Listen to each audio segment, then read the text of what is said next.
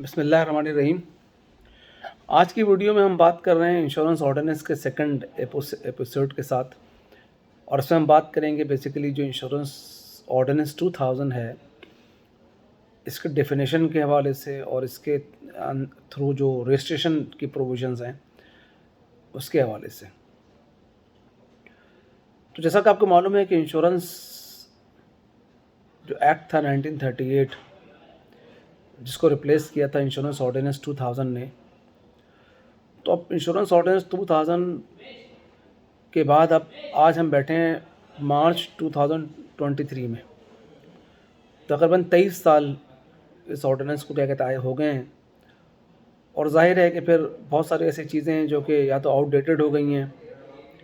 या ये है कि उस तरह के स्पिरिट के साथ अब नज़र नहीं आती हैं। मिसाल के तौर पर डिफरेंट डेफिनेशंस हैं, जहाँ पे उन्होंने रेफरेंस दिया हुआ है कंपनीज ऑर्डिनेंस 1984 का। जब एक कमीशन जो है वो 2017 में नया कंपनी एक्ट नाफिज कर चुका है, तो जाहिर है कि उन डेफिनेशंस को चेंज करने की ज़रूरत है, और जहाँ जहाँ कंपनीज ऑर्डिनेंस 1984 के डेफिनेशन को लिंक किया जा रहा है, वहाँ वहाँ कंपनीज एक्ट का रेफरेंस आना ज़रूरी है। इस तरह जाहिर है कि वक्त के गुजरने के साथ साथ बहुत सारी चीज़ों का डायनामिक्स क्या कहते चेंज हो गई हैं, बिजनेस डायनामिक्स चेंज हो गई हैं, ऑटोमेशन की तरफ चीज़ें क्या कहते आ गई हैं। पूरी दुनिया के अंदर जो क्या कहते हैं इंश्योरेंस हो रही है, उसमें ऑटोमेशन का रोल बहुत क्या कहते हैं इंपॉर्टेंट हो गया है। तो यहाँ पे डेफिनेशन के अंदर उन चीज़ों को भी एडजस्ट करने की ज़रूरत है।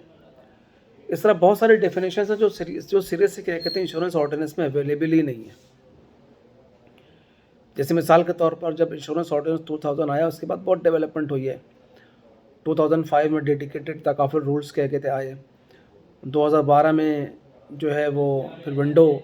तकाफुल के क्या कहते हैं ऑपरेशन को क्या कहते हैं अलाउ किया गया पाकिस्तान के अंदर। इस तरह जो जो इंश्योरेंस ब्रोकिंग है, उसमें भी क्या कहते हैं पाकिस्तान में डायरेक्ट इंश्योरेंस ब्रोकिंग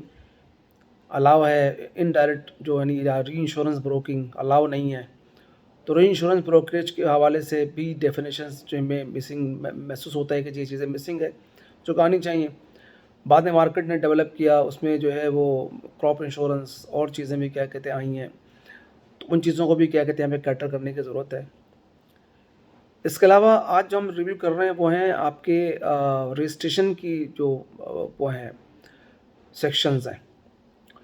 सबसे पहले तो सेक्शन 7 है, जो को क्या कहते हैं कहता है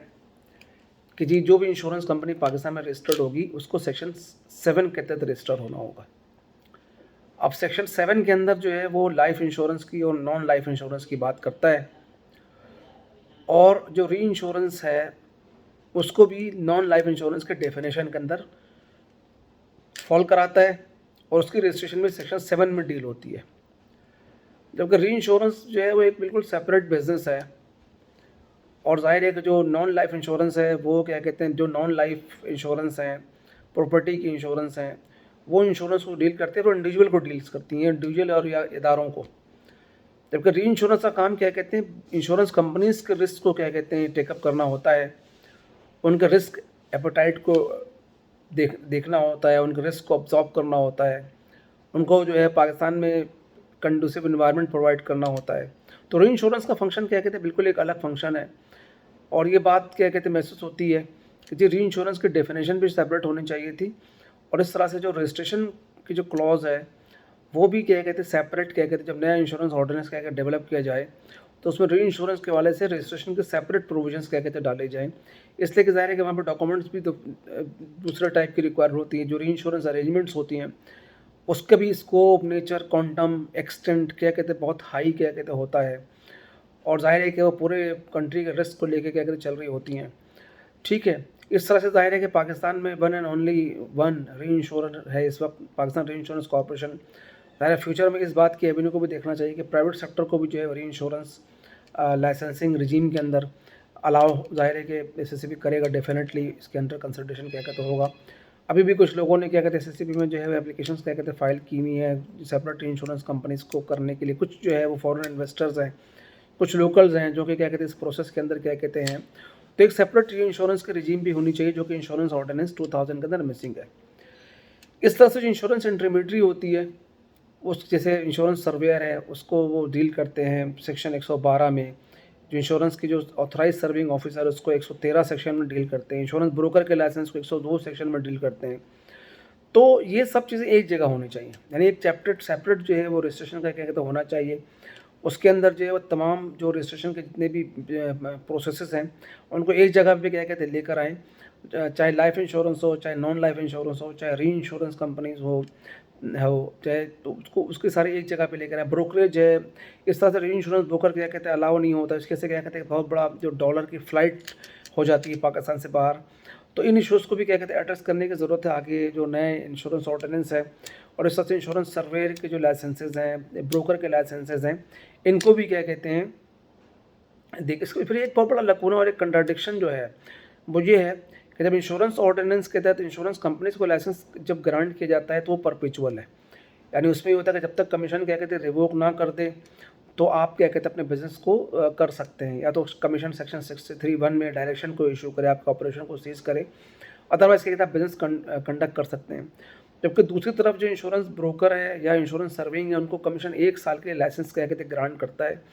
और ज़ाहिर 1 साल का पीरियड बहुत कम होता है, इसलिए कंपनी जब लाइसेंस के लिए अप्लाई करती हैं उनको महीना 1.5 महीने इस प्रोसेस के अंदर क्या कहते हैं लगता है, और फिर उसके बाद उनको जब 8-10 महीने गुजरने के बाद फिर उनके सर पे एक तलवार आ जाती है कि जी अब रिन्यूअल करना है। तो इसको भी कमीशन को क्या क्या देखना चाहिए कि इसको भी या तो परपेचुअल करें या कम से कम 3-3 साल के लिए या चुपचाप 5 साल के लिए कम से कम एक दफ़ा रिन्यूअल क्या कहते हैं दें, और उसके बाद क्या कहते हैं फिर इसके प्रोसेस को क्या कहते हैं करें। तो बहुत सारी चीज़ें हैं। तो बहरहाल इसमें हम फॉर्मली भी क्या कहते हैं जब ये इंश्योरेंस ऑर्डिनेंस के हवाले से जो है कमीशन को अपना इनपुट क्या कहते हैं हम देते हैं, और इस वीडियो के ज़रिए भी क्या कहते हैं एक अवेयरनेस हम फैलाने की कोशिश कर रहे हैं ताकि जो इंश्योरेंस सेक्टर है और इंटरमीडियरीज हैं दे शुड कम फॉरवर्ड, और वो समझते हैं कि जी कुछ चीज़ें ऐसी हैं जो उनके हिसाब से इसके अंदर क्या कहते हैं नए इंश्योरेंस लॉज के अंदर एड्रेस होनी चाहिए। तो हमें हमारे कमेंट सेक्शन में तो डिस्कस करके हमें बता सकते हैं, या हमने अप्रोच करके क्या कहते हैं हमें बताएं, ताकि हम क्या कहते हैं अपने आइंदा आने वाली वीडियो के अंदर उन इश्यूज़ को भी एड्रेस करें। तो आज की वीडियो को हम क्या कहते हैं यहाँ पे जो इंश्योरेंस की जो रजिस्ट्रेशन की रिजीम है